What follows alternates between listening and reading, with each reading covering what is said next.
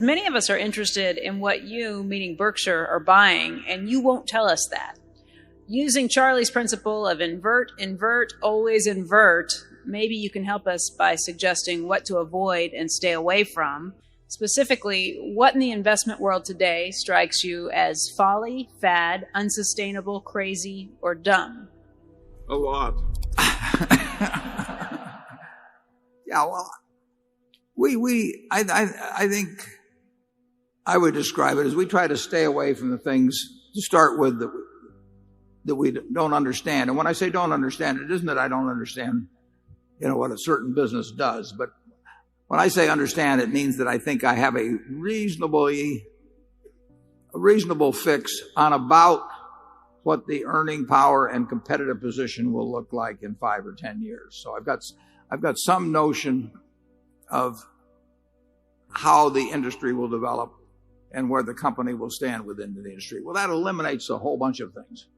And then beyond that, if the price is crazy, even though I understand it, that eliminates another bunch. So you get down to a very small universe, and you get down to a particularly small universe when we're working with lots of money as we are now. But I would say this. I can't recall any time in the last 30 years, at least, that we've bought a new issue, have we, Shirley? I can't think of one. No. I mean, the idea that somebody is bringing something to market today, a seller who has a choice of when to come to market, and that security, where there's going to be a lot of hoopla connected with it, is going to be the single cheapest thing to buy out of thousands and thousands and thousands of businesses in the world, is nonsense. So and when it carries a 7% commission, or higher, it's ridiculous. Yeah, it's ridiculous. So you know it can't be the most attractive thing. Now, but people get excited about what's coming and all that sort of thing. But I will guarantee you that if you have thousands of opportunities among stocks all over the world, and most of them are not being promoted or being sold with special commissions in them or something else, and then some other security is coming to market that day, when the seller picks the time to bring it, as opposed to just this auction market operating otherwise, it just doesn't make any sense to spend 5 seconds thinking about new issues. So we don't think about them. And we also, there's industries we know they may have a wonderful future, but we don't have the faintest idea who the winners will be. So we don't think about those either. So there's a whole lot of things we don't think about. And Charlie and I have a number of filters that things have to get through very quickly before we're willing to think about them. And sometimes we're thought of as rude. Probably Charlie's thought of that way a little more often than I am.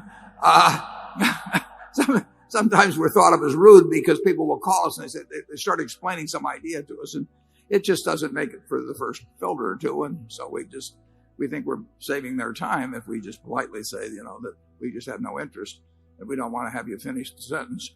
But we do that, don't we? Yeah. We don't have to do very many things that work. I mean, that's the beauty of this business. You don't have to be able, to spell 500 words or something to get to the end of the spelling bee and beat everybody else. You just have to do one or two things every now and then that where you don't make a big mistake, and where every now and then one works out real well. And the solution, you'll get a good result. You can't have a big disaster. I mean, you just, that's what we try to avoid. We do not ever want to lose a significant percentage of Berkshire's net worth, and so far we haven't. I think there are a couple of little rules of thumb. If it's got a really large commission in it, forget it. Don't read it. Because the chances somebody who's paying a very high commission to give you a big advantage is very low. And the other thing that is, I think, helpful in reverse is a place to looking at things that other smart people are buying. That is not a crazy search method. It's a sorting device for opportunities to consider. Charlie knew me when I used to I'd grab the Graham Newman reports as fast as they would come out. Yeah, sure. And, if Graham Newman was doing something, it was certainly worth my time to look at. Now, Warren has made a lot of people rich he doesn't even know. He's just copied him. Don't go into things with big commissions. Americans at the individual, municipal, state, and federal levels historically do not save. On the other hand, Asians save approximately 40% of their income.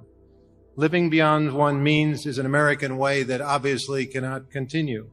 First, why is it that Americans do not save? And secondly, what can we do to correct this long-term problem? Thank you. Yeah, well, certainly the savings rate in this country has fallen significantly and may even be negative, although it does seem to me that the value of the country in real terms, I think, does increase quite significantly decade to decade. So I'm not sure exactly how it happens without savings, but it does seem to me that this country as a whole is worth considerably more than it was 10 or 20 or 30 or 40 years ago in real terms. So something good has happened.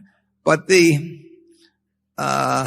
propensity to save, it almost seems innate in at least the great majority of cases. I mean, we've got our friend from Florida teaching children to save, and I think that has some impact.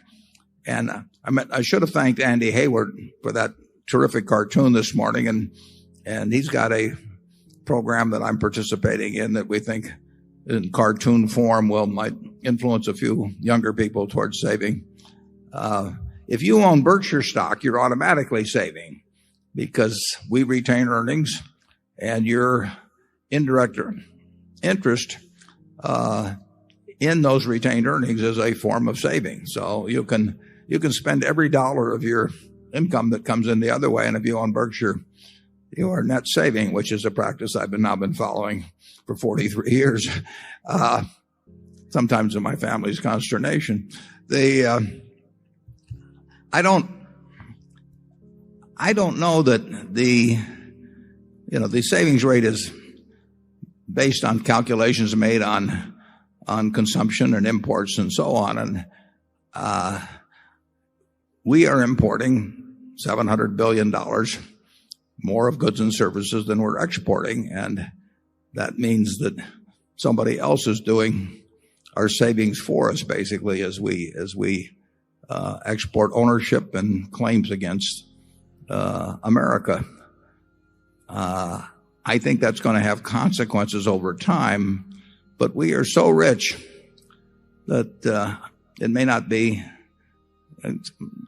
really apparent. I think the average American standard of living is going to improve in real terms, although I think it may be very, very, very disproportionate, the extent to which particularly the super rich benefit compared to those in the middle class.